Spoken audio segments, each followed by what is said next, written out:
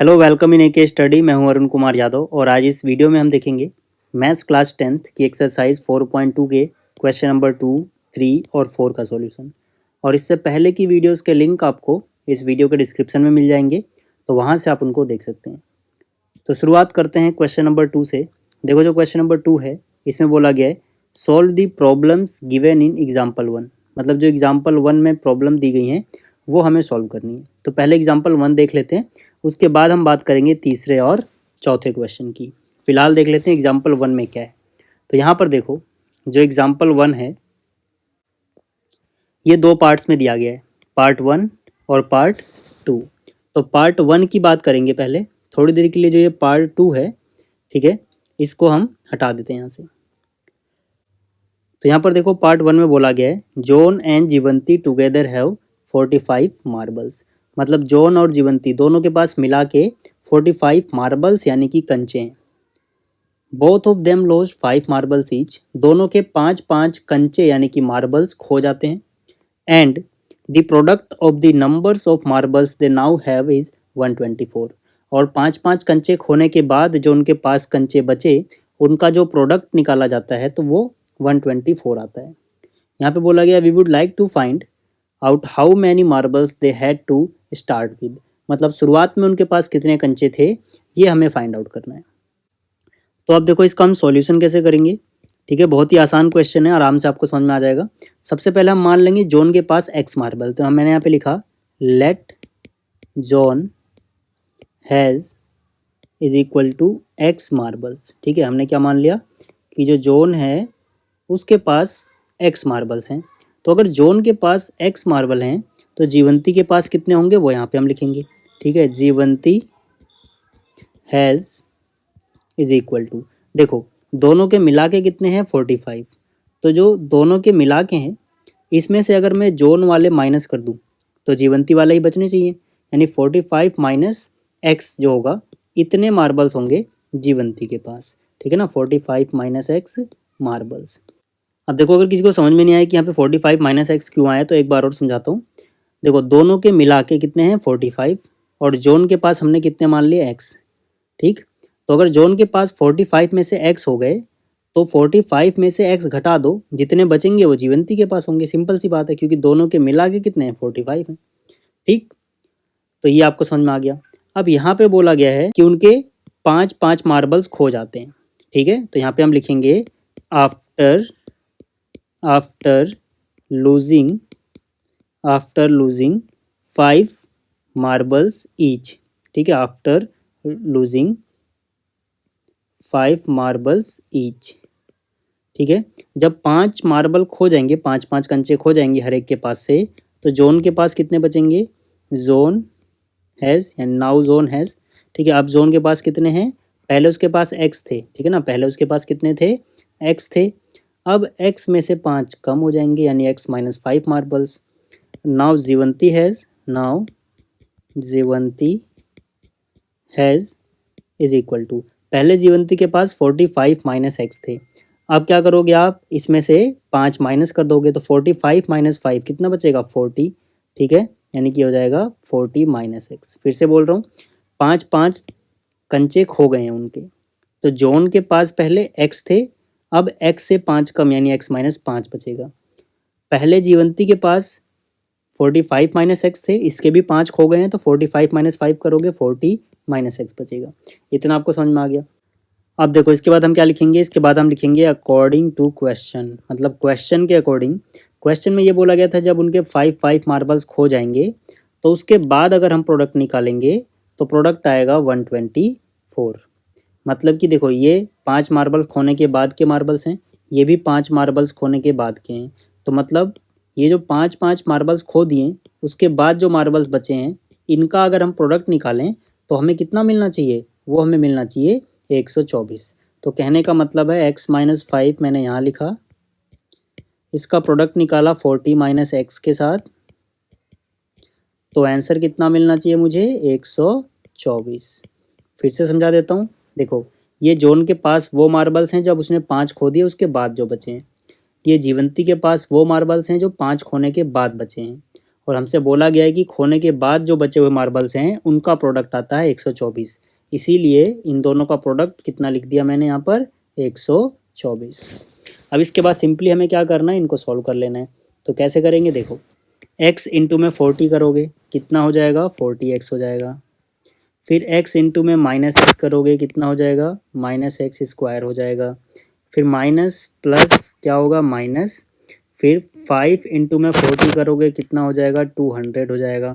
इसको करना आसान है, 5 4 जा 20 हुआ, एक जीरो था तो एक जीरो और लगा दिया, ठीक है।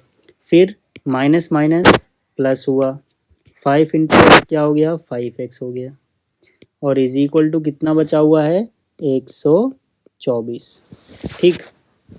अब आप क्या करो, सबसे पहले देखो सबसे बड़ी पावर वाली टर्म लिखते हैं हम, ठीक है ना, यानी कि एक्स स्क्वायर पहले लिख देंगे।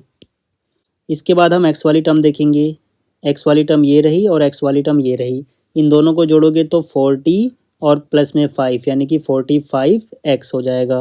तो ये हो गया 45x, ठीक। और यहाँ पे क्या बचा हुआ है माइनस का 200, ठीक है। इस तरफ 124 है, इसको धर लाओगे तो माइनस में आएगा 124, उस तरफ बचेगा 0 क्योंकि ये चीज़ हम उस तरफ ले जा चुके हैं, ठीक। अब जरा इसको सॉल्व करते हैं। देखो यहाँ पे क्या है माइनस एक्स स्क्वायर, यहाँ पर है 45x, कोई और वैल्यू x वाली नहीं है तो इसमें कुछ भी ऐड या सब्ट्रैक्ट नहीं होगा। ये दोनों सिंपल नंबर हैं, दोनों के निशान सेम है माइनस माइनस, ठीक है ना, दोनों के निशान क्या है नेगेटिव है, यानी ये ऐड हो जाएंगे आपस में। तो 200 और एक 300 यानी कि 324 इज इक्वल टू 0, ठीक है। अब देखो हम क्या करते हैं, ज़्यादातर एक्स स्क्वायर वाली टर्म को हम पॉजिटिव रखते हैं। तो आप क्या करो, ठीक है, दोनों तरफ माइनस से मल्टीप्लाई कर दो, ठीक है ना। इधर भी आप क्या करो -1 से मल्टीप्लाई कर दो, इधर भी -1 से मल्टीप्लाई कर दो। ऐसा इसलिए कर रहे हैं ताकि एक्स स्क्वायर वाली टर्म पॉजिटिव बन जाए, ठीक है ना। तो यानी कि जब आप माइनस से मल्टीप्लाई करोगे सबका निशान बदल जाएगा। तो माइनस एक्स स्क्वायर से हो जाएगा प्लस एक्स स्क्वायर, यहाँ प्लस था लेकिन निशान बदल जाएगा माइनस, और यहाँ माइनस था तो निशान बदल जाएगा प्लस, इज इक्वल टू 0 से मल्टीप्लाई करोगे तो 0 ही आएगा, ठीक है ना। सिंपली आपको याद रखना है जब आप -1 से मल्टीप्लाई कर रहे हो तो ये माइनस प्लस में और ये प्लस माइनस में और ये माइनस प्लस में कन्वर्ट हो जाएगा, ठीक है। इतना करने के बाद हम क्या करेंगे, जो ये क्वाड्रेटिक इक्वेशन आई है इसको हम किसी भी मेथड से सॉल्व कर लेंगे जो भी हमें आता है। अब पिछली वीडियो में मैंने आपको फैक्टराइजेशन मेथड बताया था तो मैं उससे ही सॉल्व कर रहा हूँ। उसमें मैंने आपको क्या बताया था कि अगर हमारी इक्वेशन स्टैंडर्ड फॉर्म में है, मतलब सबसे पहले एक्स स्क्वायर वाली टर्म है, उसके बाद एक्स वाली टर्म है, उसके बाद कांस्टेंट टर्म है, तो हम देखेंगे कि जो ये कांस्टेंट टर्म है ये और जो एक्स स्क्वायर का कोफिशिएंट है ये, इसको मल्टीप्लाई करके क्या आ रहा है, ठीक। तो यहाँ पे 324 इंटू में 1 कितना आ गया 324। तो हमें क्या करना होता है, हमें दो नंबर सर्च करने होते हैं जिनको मल्टीप्लाई करके आ जाए 324, क्योंकि इन दोनों को मल्टीप्लाई करके आया 324। उसके बाद हम देखते हैं कि अगर यहाँ पे निशान प्लस है तो इन्हीं दोनों नंबर्स को प्लस करके वो आना चाहिए जो बीच में, ठीक है। बीच में क्या है 45, तो यानी कि इन्हीं दोनों नंबर को प्लस करके 45 आएगा। अगर आप डायरेक्ट सोच पाओ, ठीक है, तो आप डायरेक्ट कर सकते हो। जैसे अगर आपको डायरेक्ट पता है तो आप दो नंबर सोच सकते हो 36 और 9, इन दोनों को मल्टीप्लाई करोगे 324 आएगा, और 36 और 9 को प्लस करोगे 45 आ जाएगा। अगर आप डायरेक्ट नहीं सोच पा रहे तो आप क्या करोगे, देखो तो यहाँ पे आपको ये रफ वर्क करना पड़ेगा। जो प्रोडक्ट करके आया है यानी कि 324, इसको पहले आप फैक्टराइज करो, फिर आप आसानी से पता लगा सकते हो कि वो दो नंबर कौन से होंगे। जैसे अगर मान लो मैं डायरेक्ट नहीं सोच पाता, ठीक है, ये तो मैं क्या करता, मैं इसको फैक्टराइज करता।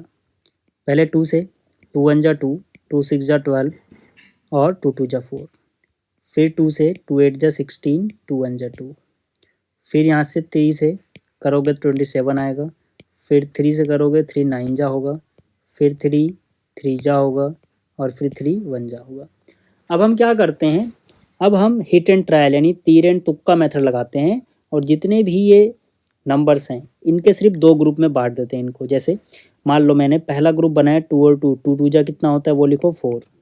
दूसरा मैंने बनाया बाकी नंबर्स का, यानी 3 3 जा 9, 9 3 जा 27, 27 3 जा 81। फिर मैं देखूंगा प्लस करके क्या लाना था 45। तो क्या इन दोनों को प्लस करके 45 आता है, नहीं आता, तो मतलब हमने गलत ग्रुप बना दिया। तो हम दोबारा ट्राई करेंगे। फिर मान लो मैंने 2 2 जा 4, 3 जा 12 बनाया, और यहाँ से 3 3 जा 9, 3 जा 27 बनाया।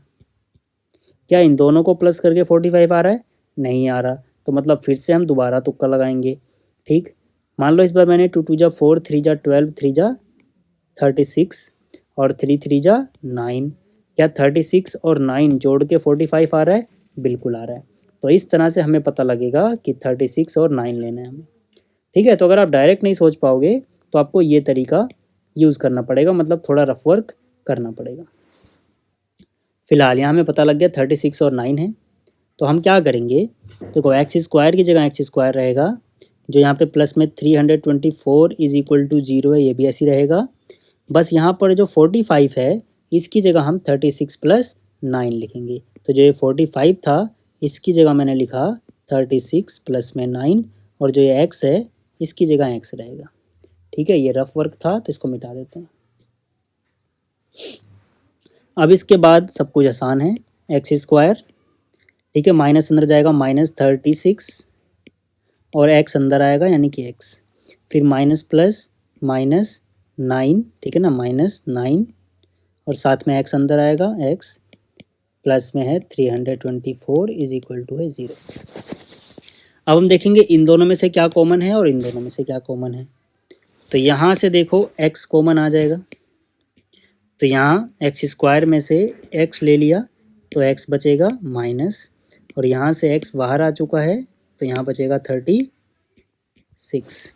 ठीक है, यहाँ से क्या कॉमन लेंगे, 9 के टेबल में 9 भी आएगा, 324 भी आएगा, तो यहाँ से हम कॉमन ले लेंगे -9, तो यहाँ बचेगा एक्स माइनस। अब माइनस क्यों लगाया, क्योंकि अगर हम माइनस कॉमन लेंगे तो ये जो निशान है ये बदल जाता है, प्लस है तो माइनस, ताकि माइनस इंटू माइनस वापस से प्लस आ सके। ठीक, फिर 9 का टेबल हम कितनी बार पढ़ें कि 324 आ जाए। तो 9 का टेबल हम कितनी बार पढ़ेंगे, 36 बार। ठीक है ना, आप चाहो तो 9 से डिवाइड करो इज इक्वल टू 0। वैसे भी आप समझ सकते हो कि ये वाला ब्रैकेट और ये वाला ब्रैकेट सेम होना चाहिए। ठीक है, तो जितना यहाँ पर आया है उतना ही यहाँ पर आएगा।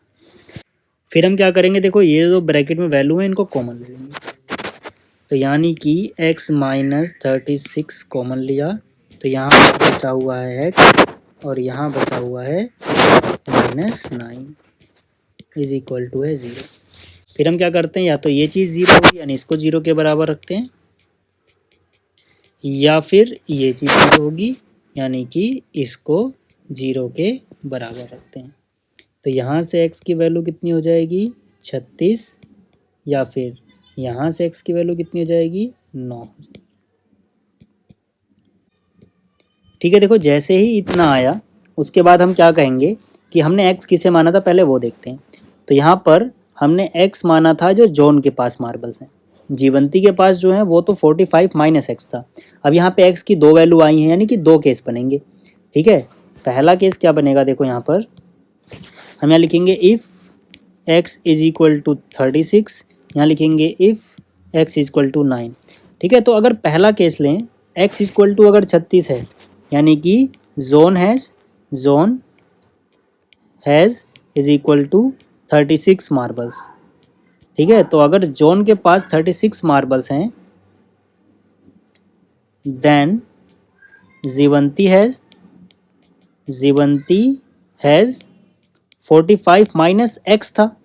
ठीक है ना, और x की वैल्यू हम कितनी ले रहे हैं, x की वैल्यू हम ले रहे हैं 36, यानी जीवंती के पास तब 9 होंगे। मतलब अगर जॉन के पास 36 हैं तो जीवंती के पास 9 होंगे। लेकिन दूसरी कंडीशन, अगर x की वैल्यू हम 9 लेंगे तो मतलब हम जॉन के पास 9 मान रहे हैं। तो मतलब अगर x की वैल्यू 9 है तो इसका मतलब है John has is equal to x था, x की वैल्यू कितनी है 9 मार्बल्स। ठीक है, जोन हैज़ 9 मार्बल्स, देन यानी कि if John has 9 marbles then जीवंती has 45 minus X यानी कि 9, कितना आएगा 36। ठीक है, तो मतलब कि अगर जॉन के पास 9 होंगे तो जीवंती के पास 36 होंगे, मिला के 45 हो गया, और अगर जीवंती के पास 9 होंगे तो जॉन के पास 36 होंगे, तब भी मिला के 45 हो गया। ठीक है ना, तो मतलब हमारा आंसर हो जाएगा 36 और 9। तो ये हो गया पहला हिस्सा। बात करते हैं इसके दूसरे पार्ट की। अब देखो इसके सेकंड पार्ट में बोला गया है a cottage industry produces a certain number of toys in a day मतलब कोई कॉटेज इंडस्ट्री है जो कुछ खास नंबर ऑफ टॉयज़ बनाती है एक दिन में।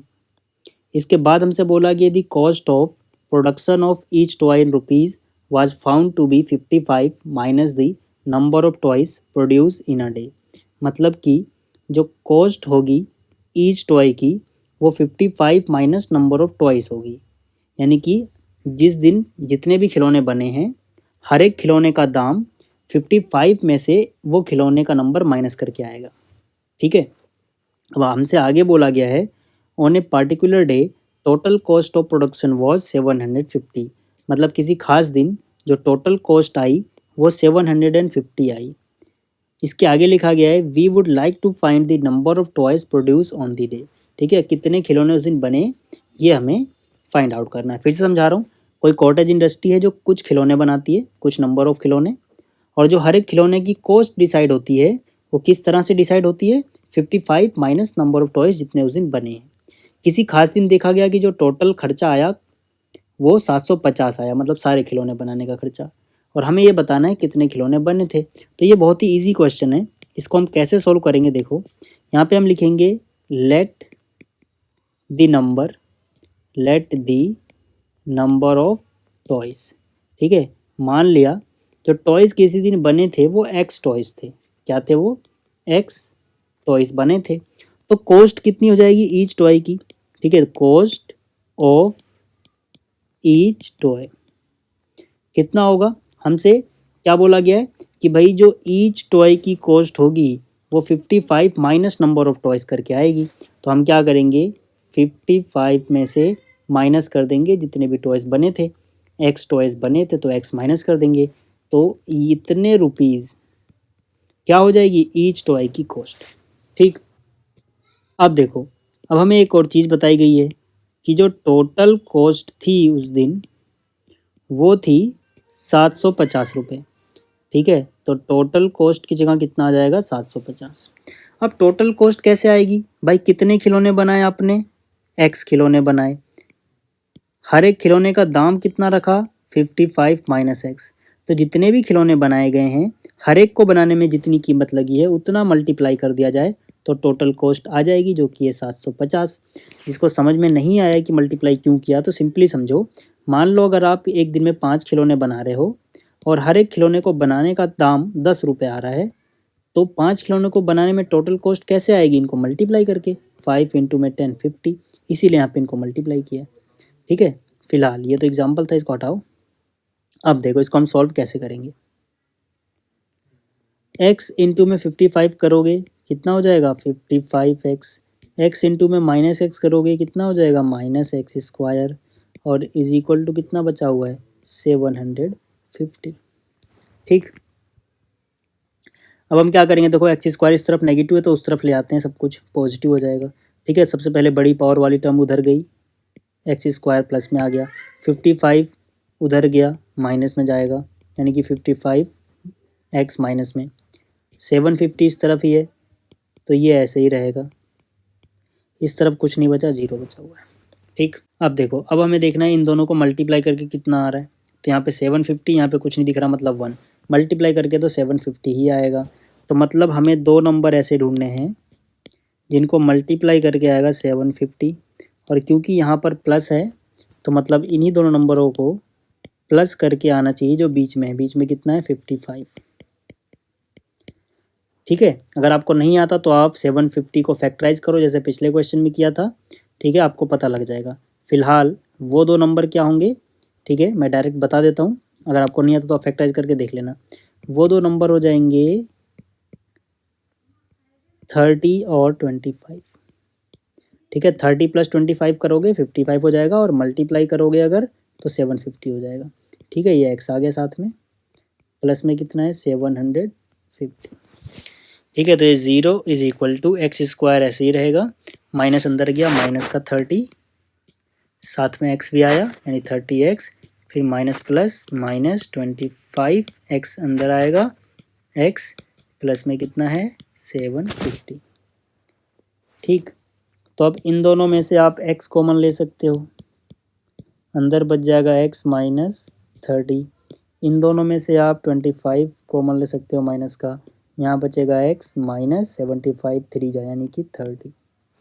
ठीक है, तो 0 इज इक्वल टू यहाँ से और यहाँ से x माइनस 30 कॉमन आ रहा है। ठीक है, ये फैक्टराइजेशन मेथड मैं आपको बता चुका हूँ, तो अगर आपने नहीं देखा है, आपको समझ में नहीं आ रहा, तो आप पिछली वीडियो देखना, आपको ये तरीका बिल्कुल अच्छे समझ में आ जाएगा। ठीक है, तो यहाँ पर देखो इसका मतलब क्या हुआ, या तो x माइनस 30 जीरो होगा या फिर x माइनस 25 जीरो होगा। तो या तो x की वैल्यू 30 आएगी या फिर x की वैल्यू 25 आएगी। मतलब उस दिन या तो 30 किलो ने बनाएगा या फिर 25 किलो ने बनाएंगे। ठीक है, क्योंकि हमसे क्या पूछा था, हमसे पूछा था नंबर ऑफ टॉयज प्रोड्यूस। ठीक है, जो कि हमने माना था x की दो वैल्यू आ रही हैं, दोनों ही आंसर हो सकता है, तो मतलब या तो 30 या 25।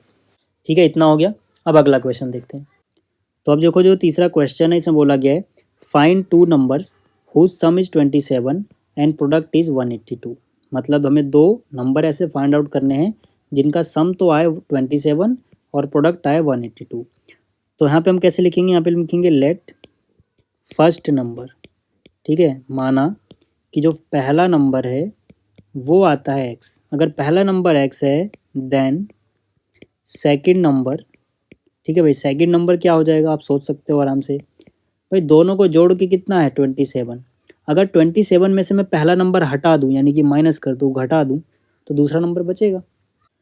ठीक है, अगर आपको समझ में आ गया तो ठीक, नहीं तो आप ऐसे सोच सकते हो कि मान लो अगर पहला नंबर 7 होता तो दूसरा नंबर क्या होता, दोनों को जोड़ के 27 है तो 7 माइनस कर दो, कितना हो जाएगा 20। यानी अगर पहला नंबर 7 है, दोनों को जोड़ के 27 आ रहा है, तो दूसरा 20 होगा। 20 कैसे आएगा, जो दोनों को जोड़ के आ रहा है, जो सम है उसमें से पहला नंबर यानी 7 माइनस करके। तो सिंपली बोल रहा हूँ, अगर हमें ये पता है कि दो लोगों का सम कितना है और एक नंबर पता है, तो अगर उस नंबर को हम सम में से माइनस कर दें तो सेकंड नंबर आ जाता है। ठीक, अब देखो, अब क्वेश्चन में बोला गया था कि भाई जो प्रोडक्ट है वो है 182। प्रोडक्ट का मतलब इनको मल्टीप्लाई करके जो आएगा, तो भाई इनको मल्टीप्लाई कर लो। पहला नंबर x है, दूसरा 27 माइनस एक्स है, कितना आएगा 182। तो इधर अंदर मल्टीप्लाई करोगे 27x, इसको ले जाओगे तो minus x square is equal to कितना है 182 है। एक्स स्क्वायर इस तरफ माइनस में, सबको उस तरफ ले चलते हैं। ठीक है, ये एक्स स्क्वायर इस तरफ आया प्लस में, ठीक है ना, क्योंकि हम एक्स स्क्वायर वाली टर्म को प्लस में रखते हैं। फिर एक्स वाली टर्म 27 इधर ले आएगा माइनस 27x, 182 तो इधर ही है, तो ये ऐसे ही रहेगा इज इक्वल टू 0। फिर से हमें क्या करना है फैक्टराइज, तो 182 और यहाँ पे 1, ठीक है, मल्टीप्लाई करके कितना है 182 और प्लस करके कितना है 27। कौन कौन से ऐसे नंबर हैं 14 और 13, तो 0 is equal to x square. ठीक है, कौन कौन से नंबर हैं 14 प्लस 13, 14 प्लस 13 करोगे 27 हो जाएगा, मल्टीप्लाई करोगे 182 हो जाएगा। ठीक, तो यहाँ बचा 0 is equal to x square minus 14x, ठीक है, फिर माइनस 13 और साथ में x भी आएगा अंदर यानी माइनस 13x। ठीक, इसके बाद हम क्या करेंगे, देखो 0 इज इक्वल टू, इन दोनों में से क्या कॉमन आ रहा है, x कॉमन आ रहा है, और यहाँ से क्या कॉमन आएगा, माइनस का 13 कॉमन आएगा। तो यहाँ से x माइनस 14, x माइनस 14, ठीक है, x माइनस 14, यहाँ क्या बचा x, और यहाँ क्या बचा माइनस 13। ठीक है, या तो ये 0 या फिर ये 0, तो यानी कि x माइनस 14 या तो 0 होगा या फिर x माइनस 13 0 होगा। तो यहाँ से x की वैल्यू कितनी हो जाएगी 14, या फिर यहाँ से x की वैल्यू कितनी हो जाएगी 13। ठीक है, तो अगर पहला नंबर 14 है तो अगला 27 माइनस 14 यानी 13 हो जाएगा, और अगर पहला नंबर 13 है तो अगला 14 हो जाएगा। ठीक, चलिए अब अगले क्वेश्चन की बात करते हैं। अगला जो क्वेश्चन है यानी क्वेश्चन नंबर 4, इसमें बोला गया है find two consecutive positive integers sum of whose square is 365। मतलब यहाँ पे देखो दो कॉन्जिक्यूटिव पॉजिटिव इंटीजर हैं, तो यहाँ पे हम लिखेंगे let first positive let first positive integer is equal to x है। तो भाई फिर सेकंड पॉजिटिव इंटीजर कितना हो जाएगा, क्योंकि ये कॉन्जिक्यूटिव है, कॉन्जिक्यूटिव मतलब लगातार आने वाले, तो लगातार आने वाले इंटीजर्स के बीच में कितने का गैप होता है, एक का गैप होता है, यानी x+1 हो जाएगा। ठीक है, कैसे, जैसे देखो आप कोई भी इंटीजर सोचो, मान लो अगर आपने पहला इंटीजर 5 सोचा, तो इसके लगातार यानी कि जस्ट बाद आने वाला इंटीजर कैसे मिल सकता है आपको, 5 में 1 जोड़ दो 6 मिल जाएगा। अगर आपने पहला इंटीजर 12 सोचा, तो इसके कॉन्जिक्यूटिव यानी लगातार आने वाला इंटीजर कैसे निकाल सकते हो, 12 में 1 जोड़ दो 13 मिल जाएगा, क्योंकि भाई 12 के बाद 13 ही तो आएगा। तो अगर लगातार आने वाले इंटीजर हैं तो उनमें एक का गैप होगा। तो अगर आपको पहला पता है तो उसमें आप एक और जोड़ो, आपको अगला पता लग जाएगा। अब यहाँ पे क्या बोला गया था, अकॉर्डिंग टू क्वेश्चन, क्वेश्चन में बोला गया था इनका जो स्क्वायर है उसका सम अगर हम निकालें तो 365 आता है। तो भाई x है, इसका स्क्वायर हो जाएगा एक्स स्क्वायर, x+1 है, इसका स्क्वायर हो जाएगा x+1 का होल स्क्वायर, इनका हम सम यानी इनको जोड़ दो, तो कितना आना चाहिए, 365 आना चाहिए, क्योंकि क्वेश्चन में बोला गया है कि स्क्वायर का सम 365 है, तो ये स्क्वायर और ये सम कितना आ गया, 365 आ गया। ठीक, तो यहाँ से ये तो हो गया भाई एक्स स्क्वायर। ठीक है, यहाँ पर a प्लस बी का होल स्क्वायर वाला फॉर्मूला लग जाएगा, क्या होगा, a का स्क्वायर प्लस में b का स्क्वायर प्लस में 2, a की जगह x, b की जगह 1 इज इक्वल टू 365। यहाँ पे मैंने फॉर्मूला लगाया, a का स्क्वायर, b का स्क्वायर, 2ab। ठीक, इसके बाद देखो x square plus x square क्या हो गया, ये हो गया 2x स्क्वायर, 1 का स्क्वायर कितना, +1 अलग लिख दो थोड़ा, ठीक है, क्योंकि हम x वाला बीच में लिखेंगे, तो 2x इंटू 1 2x होता है, तो यहाँ पे लिख दो 2x, और ये 365 इस तरफ आएगा तो माइनस में आएगा, बराबर में बचेगा 0, तो यहाँ से हो गया 2x स्क्वायर प्लस में 2x, 365 में से 1 माइनस हुआ 364 माइनस का, ठीक है, ये 0। अब देखो इसके बाद देखो आप क्या कर सकते हो, या तो आप डायरेक्टली यहीं से कर लो, या फिर क्योंकि ये भी 2 से डिवाइड हो रहा है, ये भी 2 से डिवाइड हो रहा है, ये भी 2 से डिवाइड हो रहा है, तो सबको 2 से डिवाइड करो, सवाल छोटा हो जाएगा, इस तरफ भी 2 से डिवाइड कर दो, इस तरफ भी 2 से डिवाइड कर दो, तो यहाँ से इसको 2 से डिवाइड किया तो यहाँ पे बचा एक्स स्क्वायर, इसको 2 से डिवाइड किया तो यहाँ बचा एक्स, इसको 2 से डिवाइड किया तो ये आया 182, इसको 2 से डिवाइड किया तो ये आया 0। अब देखो इसके बाद हम क्या करेंगे, यहाँ पे है 182 और एक्स स्क्वायर का कोफिशिएंट है 1, तो गुणा करके कितना आया 182, मतलब क्या है, मतलब है कि हमें दो नंबर ऐसे चाहिए जिनको मल्टीप्लाई करके तो 182 आ रहा हो, और क्योंकि यहाँ पे माइनस है तो इन्हीं दोनों को माइनस करके वो आ रहा हो जो है एक्स के साथ है, एक्स के साथ क्या है, कुछ नहीं दिख रहा, मतलब 1 है, तो माइनस करके 1 हो। डायरेक्ट आप सोच सकते हो यार ऐसे नंबर कौन है, 14 और 13, 14 इंटू 13 करोगे 182, और 14 में से 13 माइनस करोगे 1 आएगा, तो कहने का मतलब है एक्स स्क्वायर ऐसे ही रहेगा प्लस, यहाँ पर जो ये 1 है इसको हम लिख देंगे 14 माइनस 13, और जो ये x है ये तो ऐसे ही रहेगा, ठीक है, इसको मिटा दो, ये रफ वर्क है। अब देखो ये हो जाएगा एक्स स्क्वायर, ठीक है, प्लस 14 इंटू एक्स क्या हो गया 14x, माइनस 13 इंटू एक्स क्या हो गया minus 13x, minus 182 is equal to 0। यहाँ से क्या कॉमन आ रहा है, x कॉमन आ रहा है, यहाँ क्या बचेगा, x बचेगा, प्लस x बाहर ले चुके हो 14 बचा, माइनस 13 कॉमन आएगा। आप ऐसे भी सोच सकते हो कि क्या कॉमन लें, क्योंकि ये दोनों ब्रैकेट सेम रहेंगे, तो कहने का मतलब है बचना यहाँ पे x चाहिए, लेकिन यहाँ पे 13 भी था तो उसको बाहर ले लेंगे, ठीक है भाई, सिंपल सा, आँख बंद करके ये ब्रैकेट में जो वैल्यू है यहाँ उतार दो, इज इक्वल टू कितना 0, तो यहाँ पे x+14, यहाँ पर भी x+14, तो यहाँ क्या बचा बाहर x, और यहाँ बाहर क्या बचा है -13 इज इक्वल टू है 0, तो या तो x+14 0 होगा या फिर x-13 0 होगा। तो यहाँ से अगर हम इसको सॉल्व करें तो x की वैल्यू आएगी -14, जो कि पॉसिबल नहीं है इस क्वेश्चन में, और यहाँ पे x की वैल्यू आएगी 13, ठीक है, तो हम बोलेंगे x जो है -14 तो हो ही नहीं सकता, क्यों, हम यहाँ लिखेंगे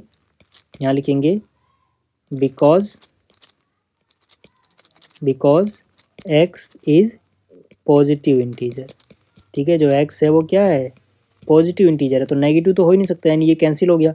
और यहाँ पर x पॉजिटिव है, ये सही है। तो यहाँ पर क्या बोला गया था, दो नंबर्स बता दो, ठीक है। पहला क्या था x और दूसरा x+1 था। तो यहाँ पे हम लिखेंगे फर्स्ट वाला जो नंबर है वो x था, यानी कि 13 आ जाएगा। और जो सेकंड वाला इंटीजर था वो x+1 यानी कि 13+1 यानी कि 14 आ जाएगा। अब याद रखना ये 14 अलग है और ये वाला अलग है, ठीक है ना, ये वो चीज़ नहीं है।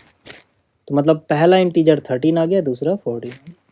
तो उम्मीद आपको ये क्वेश्चन समझ में आए होंगे। तो इस वीडियो में इतना ही, जल्दी ही मिलेंगे अगली वीडियो में। Thanks for watching.